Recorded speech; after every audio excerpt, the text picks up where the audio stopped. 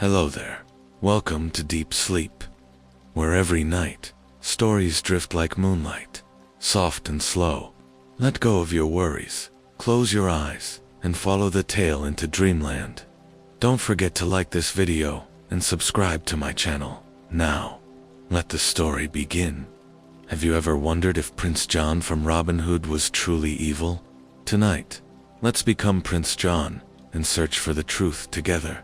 Asterisk, you awaken beneath cold stone arches, a usurper's crown pressing into your brow, like thorns, and the ghost of your brother's shadow on your back. The first breath you draw is cold, colder than the stone that cradles your throne, colder than the dawn that will not warm these hollow halls. The air tastes of damp ash and forgotten incense, of wine spilled and left to sour in the cracks of the floor. You do not open your eyes at once. Instead, you feel it, the weight of the crown upon your brow. Gold, they called it. Gold, shaped by the finest smiths of England. But to you, it is no gold. It is iron, it is thorn, it is chain. Each curve of filigree bites into your flesh, as though it hungers for your blood. When at last your eyes flutter open, the world is pale and gray, a tapestry of shadows stitched together by thin, reluctant light that filters through stained glass. The colors fall broken on the stone, shards of crimson, fragments of blue, and somewhere, a ghostly green. The lions of England roar soundlessly upon the walls, their painted eyes dull with age. Your fingers, gloved in velvet dark as morning, grip the armrests of the throne. The wood is worn smooth, and you wonder, idly, wearily, how many kings' hands have polished it so. How many of those hands were worthy? How many of them trembled, as yours do now? A sound, soft, tentative stirs the air. The brush of a draft beneath the great doors. The sigh of the castle as it settles deeper into ruin. You shift, and the crown shifts with you. Heavy, always heavy. Your robe is thick with fur, a deep crimson lined in ermine, but it chafes at your neck, stifles your breath. The collar presses too tightly, as though trying to silence words you have not yet spoken. Memory stirs. You see Richard bold, golden Richard, as he strode through these very halls, his laughter ringing from pillar to pillar, his shadow tall upon these stones. You were smaller then, always smaller, always following. You see his back as he rode away, never once looking behind. Your chest tightens, and a whisper curls at the edge of thought. If he had stayed, would you still have worn this crown? A joke forms, soft and bitter. What is the difference between a crown and a collar? You answer yourself, the crown fools men into believing they are free. Sir Hiss enters, as he always does, with the silence of smoke and the patience of poison. His slender form wins toward you, bearing a silver tray. Upon it sits a goblet of dark wine, fragrant with spices, and a small dish of sugared almonds that glisten like jewels. "My liege," he murmurs, his forked tongue tasting the air. "A small comfort for the dawn." You take an almond, roll it between your fingers. The sugar sticks to your glove. You place it upon your tongue, let it dissolve. Sweetness first, then the bitter aftertaste, like regret. The goblet is warm in your hand. You raise it, staring into its depths. The wine shivers in the faint breeze that sneaks through cracked panes, trembling like your own reflection. You drink. It does not warm you. Beyond the high windows, the world is waking. The forest mists creep across the fields like pale wolves, silent, watching. Somewhere a bell tolls, slow, reluctant, marking the hour, not with triumph, but with sorrow. Your gaze falls to a silver coin upon the step below the throne. A single coin, forgotten or discarded. It gleams faintly, catching the broken light. You think of coffers full of such coins, of taxes bled from the poor, of peace bought in silver, and never kept. You bend, pick it up. The cold metal seems to burn your palm. You close your eyes, and the past rushes in. A boy, clutching his brother's hand on a summer's morning. A boy who dreamed of hunting, of glory, of his mother's smile. A boy who watched that hand slip from his grasp, watched his brother ride away to win the love of the world. A boy left behind another jest, soft as mist. What does a prince inherit when his brother wears the crown? The answer, a shadow large enough to be his world. You rise at last. The crown shifts again, as though it might tumble to the stones. You do not steady it, let it fall, let it shatter. But it stays, as if bound to you by chains unseen. You cross to the window. The glass is cold beneath your hand. Your reflection peers back at you, pale, hollow-eyed, the crown crooked, the robe a shroud. Behind that reflection, the mists of Sherwood press close. You fancy you see torches moving among the trees, or is it only memory? The question rises once more, unwelcome and insistent. If Richard had not left, would you have become this, sir? Hiss speaks again, softly, as if afraid of the answer. Your Majesty's council waits. You smile, faint and joyless. Let them wait. They always have. Another jest forms, lighter, like the fragile flame of a guttering candle. What does a king wear to breakfast? You answer, his crown of thorns. The dawn advances, pale and weak. The mists curl closer to the walls. And you stand caught between memory and regret, between the throne that binds and the forest that beckons. The crown presses close. A circle of gold, a circle of pain. You do not remove it. Asterisk, the table groans beneath the weight of your feast. But every bite tastes of dust, and every cheer echoes, with laughter meant for another. Night yields to morning, slowly, reluctantly. The first light seeps through high windows, pale and uncertain, catching on dust motes that drift like forgotten prayers. The great hall is dressed in finery. Banners of crimson and gold hang heavy upon the walls. Though their edges are frayed, their colors dulled by time. The long table stretches before you, laden with the riches of a king's feast. Boars roasted whole, their jaws propped open as if mid-scream. Trenchers piled high with bread still warm from the oven. Cheeses soft and fragrant. Fruits glazed and candied until they glitter like treasure. Flagons of wine catch the weak light and throw it back like shattered rubies. You sit at the high table, the place of honor, though no honor warms you here. The throne at your back feels cold as ever, its carved lions silent. The crown upon your brow presses still, and you wonder if it will leave a mark that even death cannot erase. The hall is full of men, your barons, your knights, your ministers. Their voices rise in forced mirth, their laughter brittle as ice. They raise their goblets to you, and the sound of their toasts rings hollow. You lift your own goblet, filled with spiced wine, dark as blood. The scent of it, cloves, cinnamon, a hint of orange peel, should comfort. It does not. The taste, when you sip, is sharp, a reminder of promises soured. The meat, when you tear it from the bone, turns to ash on your tongue. The honey glaze sticks to your fingers like guilt. You wipe them on your napkin, where the lions of England snarl, their threadbare manes unraveling beneath your touch. A jest comes, unbidden, soft as regret. What's the difference between a prince's feast and a pauper's supper? You murmur to yourself, only the hunger that follows. You force a smile, and the barons cheer louder, as if volume might hide the emptiness of the hall. A boy stumbles as he refills your goblet. A servant no older than you were when you first dreamed of crowns. His hands shake, and a silver platter slips, scattering sugared almonds across the floor. You look at him. He stands frozen, wide-eyed, as though awaiting judgment. You bend, pick up a single almond, hold it out to him. "Oh, king's gift," you say, your voice soft. He flees, his small feet echoing in the vastness. You place the almond upon your tongue. It crumbles, dry as old bones. The barons laugh at some jest you did not hear, or perhaps at you. Outside, beyond the high windows, the mists of Sherwood press closer.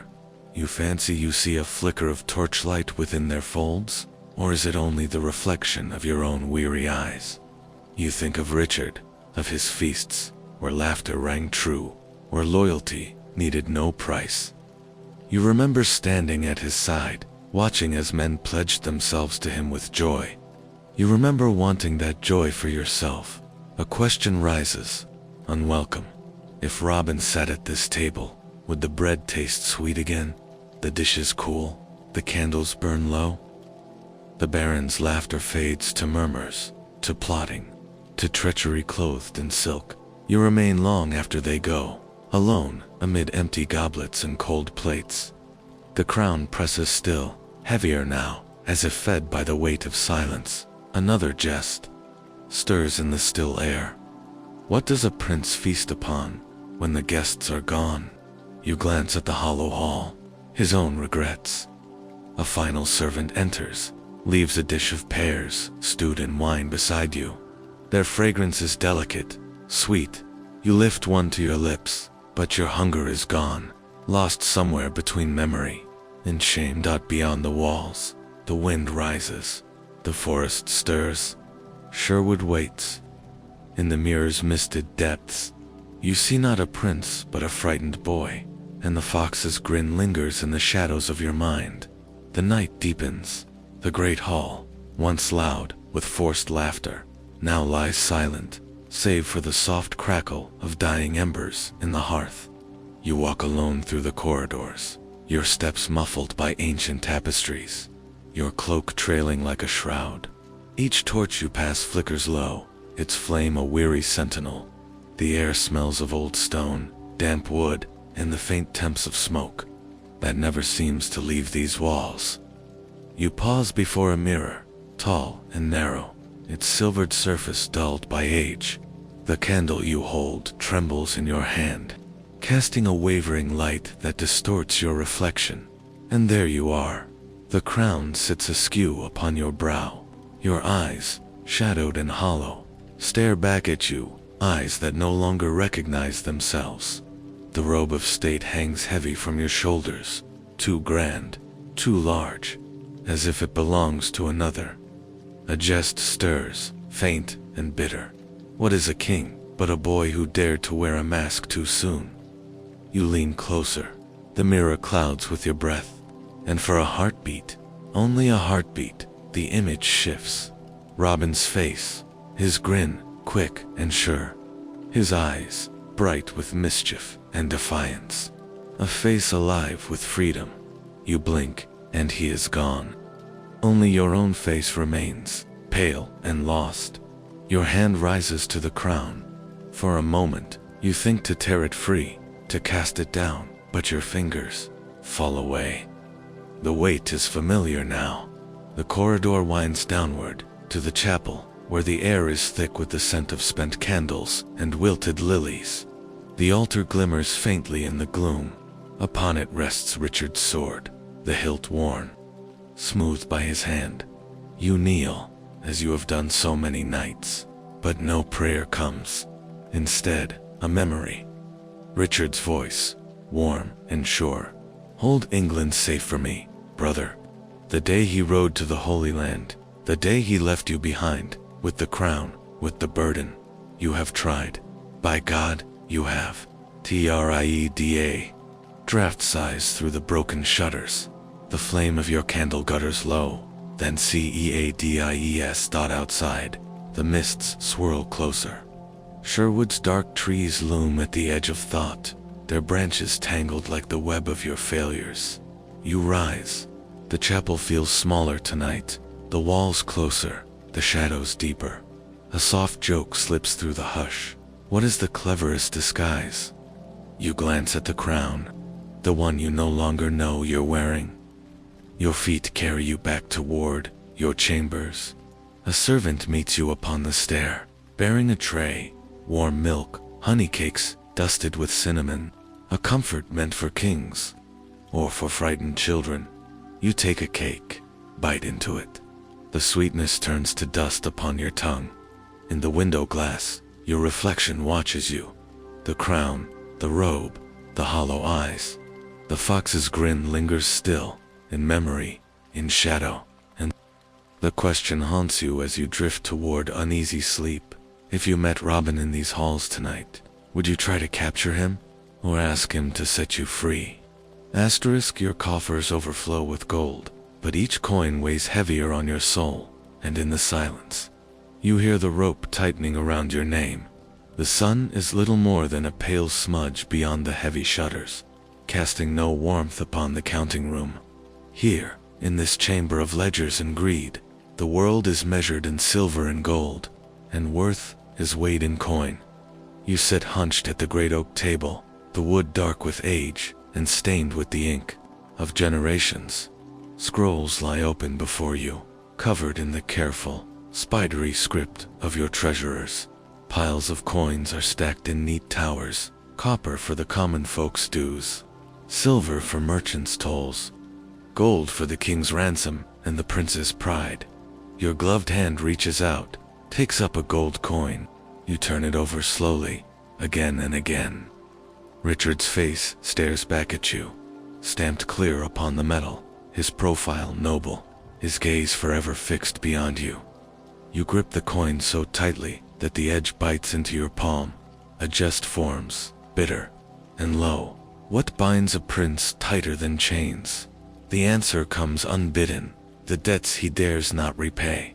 Your treasurers stand by, silent, afraid to speak.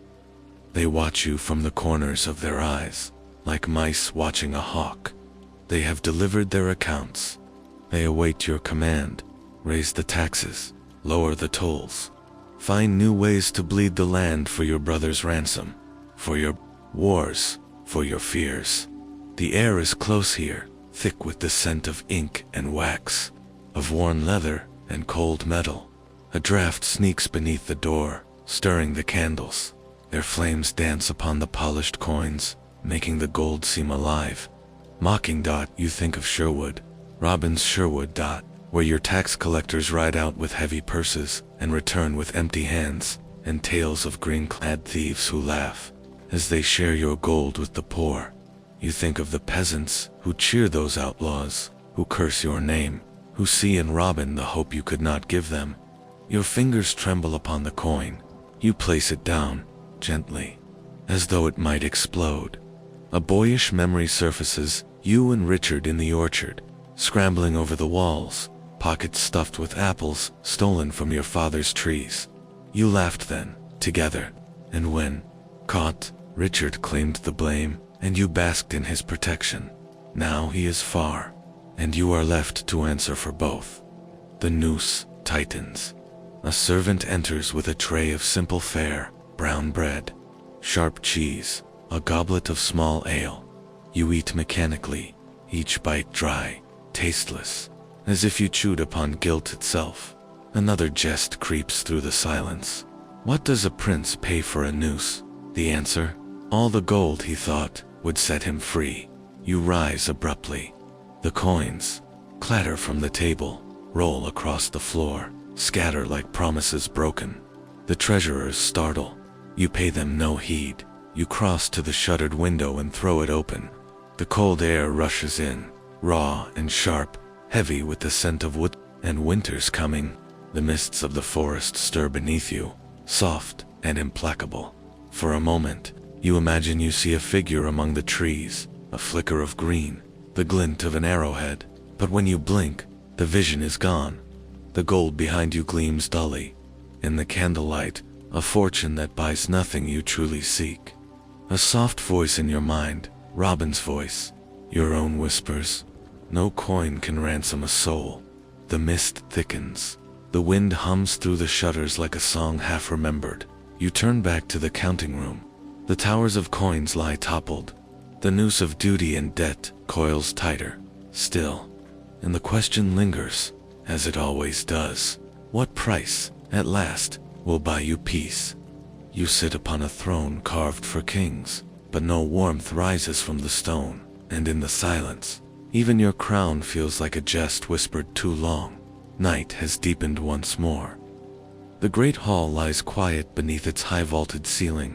save for the low crack of cooling stone and the soft sigh of a wind that creeps through cracks in the ancient walls. You sit upon the throne. The carved lions at its arms, once fierce and proud, now seem tired, their features worn smooth by centuries of hands grasping for power. Beneath you, the stone dais is cold, leaching the warmth from your body, from your soul. Your crown rests heavy upon your brow. You feel its weight, as if for the first time, as though the gold had turned to iron, as though the jewels set in it had grown sharp and cruel. The hall is vast, but it feels small tonight, as if the shadows have drawn closer, as if the walls themselves lean in, listening for your heart's confession. You stare at the long table below, the dais, empty now, the platters cleared, the goblets drained. The banners above it droop in the still air, their colors faded, their edges ragged. The lions of England, the crosses of your house, hang like tattered memories. A jest stirs in your mind, quiet and bitter. What is a hollow throne but a chair no one dares sit upon? You shift upon the seat, the velvet of your robe brushing against the worn wood. The robe is too grand, too heavy, its folds thick with embroidery, with thread dove gold that glimmers faintly in the guttering torchlight. You long to cast it off, to stand free of its weight, to feel the chill of the stone with your own skin. But you do not move. Beyond the stained glass windows, the mists of the forest swirl closer. The night presses against the glass like a beast, seeking entry. You remember Richard, standing in this very hall, his voice filling the space like music.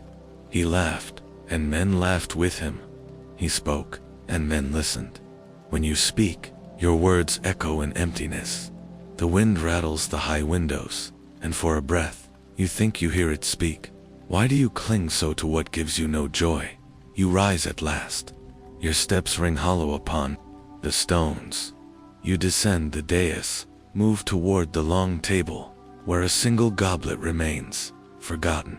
You lift it. The dregs of wine within have turned sour. You drink it anyway. The taste is as bitter as memory. A servant enters, head bowed, and places a bowl of broth upon the table. The steam rises, fragrant with herbs meant to soothe. You take a spoonful. The warmth does not reach you. Another jest comes, softer still. What's colder than a stone throne? You glance at the empty hall, the heart that will not leave it. You move to the great doors, place your hand upon the iron latch. The cold bites your skin through your glove. You imagine stepping out into the night, into the waiting forest, leaving the throne behind, but your hand falls away. The hall claims you once more. The torchlight flickers low.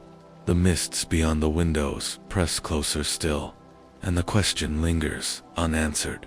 Who rules here, the prince or the emptiness?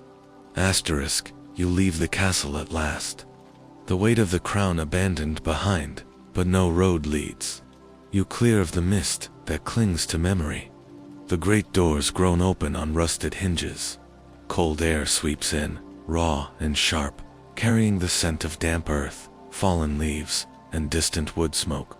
You stand at the threshold, cloak drawn close, the crown left behind upon the throne, where it can press upon your brow no longer. Your boots strike the stone steps softly as you descend. The world beyond is swallowed in mist, thick, silver, endless. The castle fades behind you with each step until its towers are but shadows upon the veil of fog.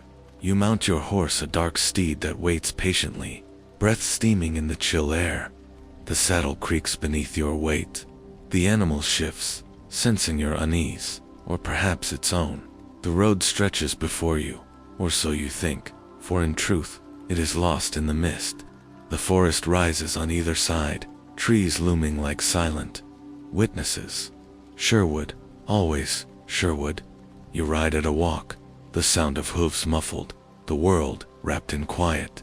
Each breath you draw seems loud in the hush. Your thoughts drift, not forward, but backward, to the orchard wall, where Richard lifted you to reach the ripest cherries, to the chapel, where you knelt as boys, hands clasped, whispering prayers. Neither of you fully understood. To the day he rode out, sunlight glinting on his helm, never once turning to look behind. A jest flickers through your mind, weary and low.